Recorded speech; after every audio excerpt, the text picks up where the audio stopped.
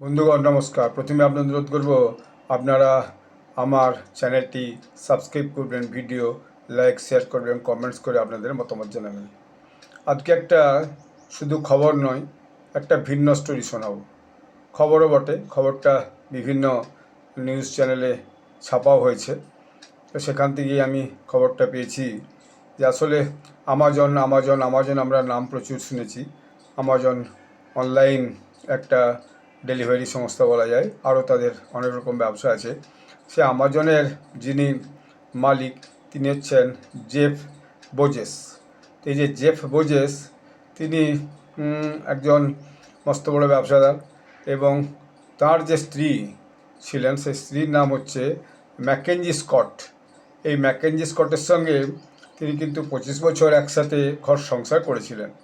তারপরে হঠাৎ দেখা গেল কি 2019 সালে তাদের মধ্যে বিবাহ বিচ্ছেদ হয়ে যায়, অর্থাৎ ডিভোর্স হয়ে যায়। এখন আমেরিকার মতো দেশে এই ডিভোর্সটা একবারে খুব আমবাত, মানে খুব যারা সাধারণ নিম্ন মধ্যবিত্ত পরিবার আমেরিকাতেও আছে, তাদের মধ্যে ডিভোর্সের যেটা হয় সেটা খুব একটা খবরে প্রকাশ হয় না, কিন্তু বড় বড় যে ব্যক্তিত্ব তাদের যে ডিভোর্স সেটা খুব প্রকাশ পায় খবরে।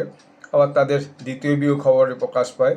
এইটা কোনো নতুন বাদ। অবশ্য আজকালকার দিনে আমাদের দেশেও হয়তো বা সে দেশের ছোঁয়া এসেছে, আমাদের দেশেও ডিভোর্সটা এখন একটা আমবাতের মতোই হয়ে গেছে।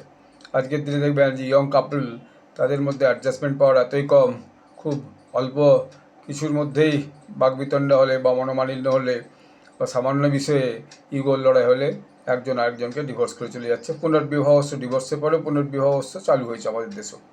তো যাই হোক, কিন্তু আমেরিকাতে গেঁয়েও দিতে হয়, আমেরিকাতে এই যে ডিভোর্সের পর যে স্বামী, তাকে একটা মোটা অঙ্কের টাকা বা তার যে ব্যবসা তার একটা শেয়ার কিন্তু দিতে হয়।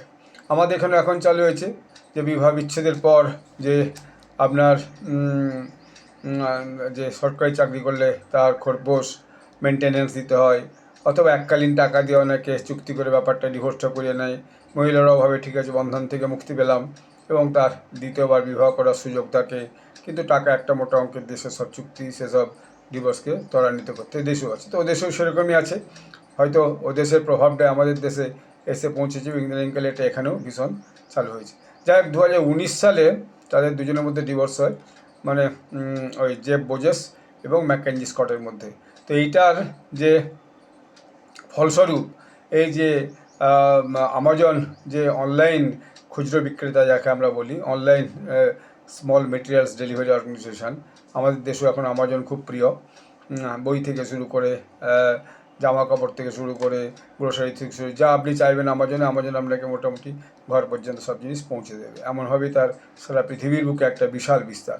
তো এই যে কোম্পানি, এই কোম্পানিতে 4% অংশীদারিত্ব পেয়েছেন, টাকা পেয়েছেন ডিভোর্স হয়ে যাওয়ার পর 4% তাকে অংশীদারিত্ব আমাজন দিব বলে একটা চুক্তি ঘোষণা করছে। এখন এই বিবাহ বিচ্ছেদের শর্তের পরপরই এই যে ম্যাকেঞ্জি স্কট তিনি একটা গিভিং প্লেজে স্বাক্ষর করেন, অর্থাৎ আমার যে এত টাকা আমি কি করব। ওই দেশে হয় সমস্ত গিভিং প্লেজে স্বাক্ষর হয়, আমেরিকার মতো দেশে, আমার দেশেও হয়। অনেকে ট্রাস্ট ফাস্ট করে দেয়, অনেকে বিভিন্ন জীবন সত্ত্বে বিভিন্ন সংস্থাকে বিভিন্ন সম্পত্তি, বাড়ি ঘর, টাকা পয়সা দিয়ে যায় যে আমি যতদিন বেঁচে থাকবো ততদিন আমার থাকবে। তারপরে অন্য বড় কোনো সংস্থাকে, সে ভারত সেবাশ্রম হোক, রামকৃষ্ণ মিশন হোক বা অন্য আর্য সমাজ মন্দির হোক, যার যাকে পছন্দ যে যে সংস্থার সঙ্গে যুক্ত থাকে, তাদের কিন্তু জীবন সত্ত্বে তাদের টাকা অনেক ক্ষেত্রে দিয়ে যায়। এটা এদেশেও চালু আছে, অথবা নিজেই ট্রাস্ট ফাস্ট করে তাতে জমা রেখে যায় এবং ট্রাস্টে বডি টডি করে যায়, তারা সেই ট্রাস্ট ফিলান্থ্রপিটা এখানে চালায়। তখন এই যে গিভিং প্লেজে স্বাক্ষর করে তিনি বলেছিলেন যে তার যে মোট সম্পদ, সেই সম্পদের তিনি অর্ধেক টাকা তিনি দানে খরচ করবেন, অর্থাৎ সোশ্যাল ওয়ার্কে খরচ করবেন, অর্থাৎ ডেভেলপমেন্টে খরচ করবেন, মানুষের উপকারের জন্য খরচ করবেন। তো তিনি একটা ইয়েল্ড গিভিং বলে একটা সংস্থা তৈরি করেন। এই ইয়েল্ড গিভিং থেকে তিনি প্রায় বলা যায় 2,500 যে সংস্থা, সেই সংস্থাকে টাকা এই পর্যন্ত দিয়েছেন এবং দিয়েই চলেছেন বলা যায়। $19.3 বিলিয়ন তিনি এ পর্যন্ত দান করেছেন, এবং এই দানটা কোনো শর্ত ছাড়াই, এবং দানের ব্যাপারে কোনো নির্দিষ্ট স্পেসিফিক ইয়ে নেই যে এই শর্তেই দান করা হবে বা এই ইস্যুর উপরেই দান করা হবে। বিভিন্ন ইস্যুর উপরে তিনি দান করেন, এবং এই অলাভজনক প্রতিষ্ঠান অর্থাৎ এনজিও তাদেরকে দান করেন এবং সেখানে তাদের উপর তার কিন্তু সম্পূর্ণ নিয়ন্ত্রণ থাকে, তার টাকা ঠিকভাবে খরচা হচ্ছে কি হচ্ছে না। এবং এই ম্যাকেঞ্জি স্কট তিনি একজন লেখকও, তিনি দুটো উপন্যাসও প্রকাশ করেছেন। তিনি প্রিন্সেপশনে লেখক টনি মরিসনের ছাত্র ছিলেন এবং তার জন্য গবেষণায় সহকারী হিসেবে কাজও করেছেন। অতএব তার যে লেখাপড়া সংক্রান্ত যে যে আগ্রহ সেটাও প্রকাশিত হয়েছে। এখন এটা খবরটা এই কারণে আরও এসেছে, যেমন এই যে তিনি যে এত টাকা ডোনেশন করেছেন ম্যাকেঞ্জি স্কট, এবং এখন পর্যন্ত বলা হচ্ছে যে তিনি বহু টাকা প্রায় $7.2 বিলিয়ন এবং সব বিলিয়ে বলা হচ্ছে প্রায় $26 বিলিয়ন তিনি এ পর্যন্ত দান করেছেন। এবং এই দানটাকেই আমেরিকাতে একটা সমালোচনা শুরু হয়েছে। এই দানটাকে আমেরিকার একজন ওয়াই কম্বিনেটরের সিইও গ্যারি ট্যান তিনি সমালোচনা করেছেন যে এইভাবে তিনি টাকা ছড়াচ্ছেন যার কোনো হিসাব নেই, যার উপর তার কোনো নিয়ন্ত্রণ নেই এবং তিনি এইগুলোকে ঠিক করে মনিটরিং করতে পারেন না। Pouring sugar on the floor, অর্থাৎ চিনি যাকে হচ্ছে, এটা একটা কথা আর কি, প্রবাদ, pouring sugar on the floor, তার মেঝের মধ্যে চিনি ছড়িয়ে দিচ্ছেন, যে চিনিটা কাজে লাগানোর কথা।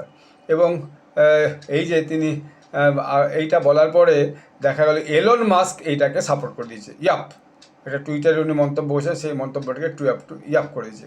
ফলে বিষয়টা খবরের শিরোনামে চলে এসছে। টুইটার মানে এক্স হ্যান্ডেল, এখন আগে টুইটার ছিল, খবরের শিরোনামে চলে এসছে। এখন এই ম্যাকেঞ্জি স্কটের ব্যাপারে তিনি যেটা লিখেছেন, MacKenzie Scott has given away $26 billion faster than anyone in history with no oversight and no accountability for the chaos and follows. তো এইটা লেখার পরে যে টাকা 26 বিলিয়ন দিয়েছেন কিন্তু তার কোনো অ্যাকাউন্টেবিলিটি, তিনি কোনো খবর রাখেন না।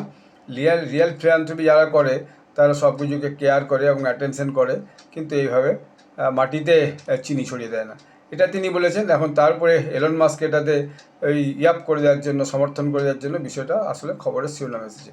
আমেরিকাতে শুধু যে এই মানে ম্যাকেঞ্জি স্কটই নয়, আমেরিকাতে বিল গেটস বলুন, ল্যারি পেজ বলুন, ল্যারি এলিসন বলুন, বহু বোজেস বলুন, এই প্রত্যেকের একটা না একটা বড় বড় কোম্পানি বা মালিক, তাদের একটা করে ফিলান্থ্রপি আছে এবং সেই ফিলান্থ্রপিতে তারা বিভিন্ন দেশে দান করে। আমাদের ভারতেও দেখছিলাম এই ম্যাকেঞ্জি স্কটের যে ইয়ার গিভিং, ভারতেও বহু সংস্থা দান করছে। আমি সেটা সার্চ করে দেখছিলাম যে বহু সংস্থা দান করছে এবং বিভিন্ন ইস্যুর উপরে কিন্তু টাকা পয়সা দিয়েছে যাতে এখানকার সমাজের উন্নতি হয়। তো এই খবরটা এখন খুব চলছে যে ম্যাকেঞ্জি স্কট কি সত্যি এই যে এত দান করে নিজের মাধ্যমে মানুষের হিউম্যানিটেরিয়ান এড দিয়ে কি ঠিক করেছেন না ভুল করেছেন। তো ওই যে আপনার গ্যারি ট্যান এই মন্তব্যটা করার পরে সেটা এলন মাস্ক সাপোর্ট করে দেওয়ার পর এটাকে নিয়ে মিডিয়াতে খুব চর্চা চলছে। তো এখানে আমার একটা ব্যক্তিগত মত আছে, ব্যক্তিগত মতেই যে সে তার টাকা সে যেভাবে দান করেছে সে তার খুশি মতো করেছে এবং নিশ্চয়ই সে তো, আমি প্রথমে আপনাকে বললাম, সেটা মনিটর করেন এবং সাইটে দেখা যাচ্ছে, এখন আপনি সার্চ করে দেখছেন, দেখা যাচ্ছে যে এই যে তহবিল তিনি দান করেন যে সমস্ত প্রতিষ্ঠানে, সেখানে যদি সেই তহবিলটা সর্বোত্তমভাবে ব্যবহার করা হয় তার জন্য তার সম্পূর্ণ নিয়ন্ত্রণ থাকে, অর্থাৎ the money has been spend wisely for the benefits of the common people. এইটা কিন্তু তিনি লক্ষ্য রাখেন। ওই যে কেন যে গ্যারি ট্যান এরকম বললেন তার যুক্তি তিনিই জানেন, আর এলন মাস্ক বা তাকে কেন সাপোর্ট করলেন সেটা তো আমরা বলতে পারবো না। আর ওদের সমস্ত দেশে বড় বড় ধনী লোকেদের এই সমস্ত বাকবিতণ্ডা, একজন আরেকজনের পিছনে লেগে যাওয়ার সময় ইয়ে পিছনে লেগে থাকা বা খোঁচা দেওয়া এসব থাকেই, এসব আজকালকার আমাদের দেশেও আরম্ভ হয়েছে। অনেক সময় আমরা অনেকের ভালো কাজটাকে সহ্য করতে পারি না, হয়তো সেটাও একটা কারণ হতে পারে। যাই হোক, আমি এই ম্যাকেঞ্জি স্কটের যে হিউম্যানিটেরিয়ান এড, যেটা তিনি বিভিন্ন এনজিওর মাধ্যমে বিভিন্ন মানুষের উপকারের জন্য খরচা করছেন, আমি এটাকে সাধুবাদ এবং ধন্যবাদ জানাই। আপনারা সবাই ভালো থাকবেন, ধন্যবাদ।